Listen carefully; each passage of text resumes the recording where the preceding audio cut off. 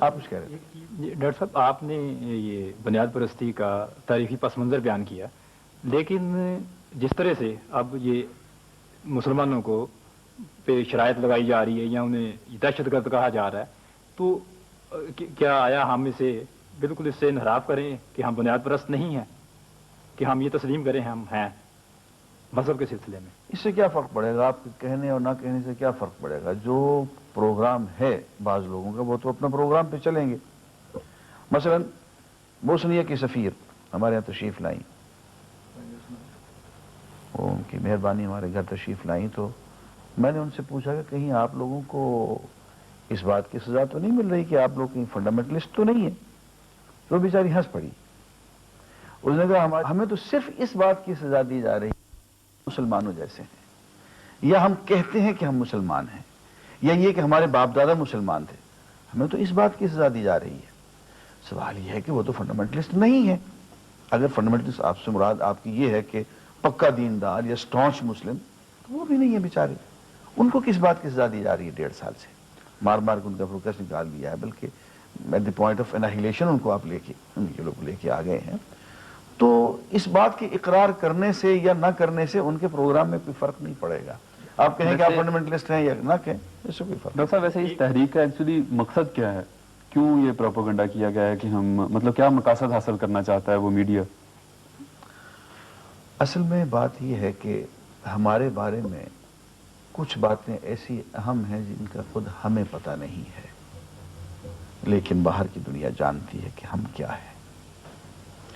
مشکل یہ ہے کہ ہمیں دنیا کی قومیں ہمارے تاریخی پس منظر سے دیکھتی ہیں کہ یہ وہ قوم ہے جن کو غلامی کبھی راس نہیں آتی، محکومی، پسماندگی، مغلوبیت، اس کے لیے یہ قوم اس کو راس نہیں آتی. ان کی ایک تاریخ ہے، اور دنیا میں جتنی لمبی حکومت انہوں نے کی ہے، اور جتنی زیادہ اور لمبے علاقے پہ، اور جتنی ٹھاٹھ دار ان لوگوں نے کی ہے، کسی اور نے نہیں کی ہے، اس میں کیا شک ہے. تو ہم تو بے شک اپنے تشخص کو، اپنی آئیڈینٹیٹی کو، اپنے ماضی کو، اپنے تاریخی پس منظر کو بھلا چکے ہوں، لیکن ہمیں جب باہر کی قومیں دیکھتی ہیں تو ہمارے پورے تاریخی پس منظر سے دیکھتی ہیں. اب صورتحال یہ ہے کہ وہ یہ محسوس کر رہی ہیں کہ 500 سال تو یہ قوم سو چکی ہے، اب یہ انگڑائیاں لے رہی ہے، اب یہ جاگ رہی ہے، اور جاگنے کے بعد یہ قطعاً پسماندہ نہیں رہے گی. جاگنے کے بعد اس کو ہم زیادہ عرصے تک اکنامکلی ایکسپلائٹ نہیں کر سکیں گے. اس کو ہم محکومیت اور پسماندگیت کے گھڑے میں جہاں ہم نے دھکیلا ہوا ہے وہاں زیادہ دیر تک یہ نہیں رہیں گے.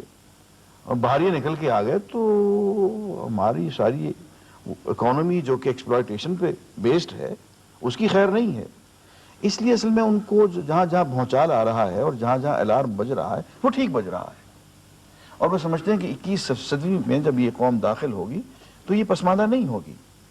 اور سائنس میں بھی، لیٹسٹ ٹیکنالوجی میں بھی، اور اپنے اخلاقیات میں بھی اگر یہ اسی گیئر میں آ گئی جہاں 500 سال پہلے تھی تو پھر اس کو محکوم نہیں رکھا جائے گا.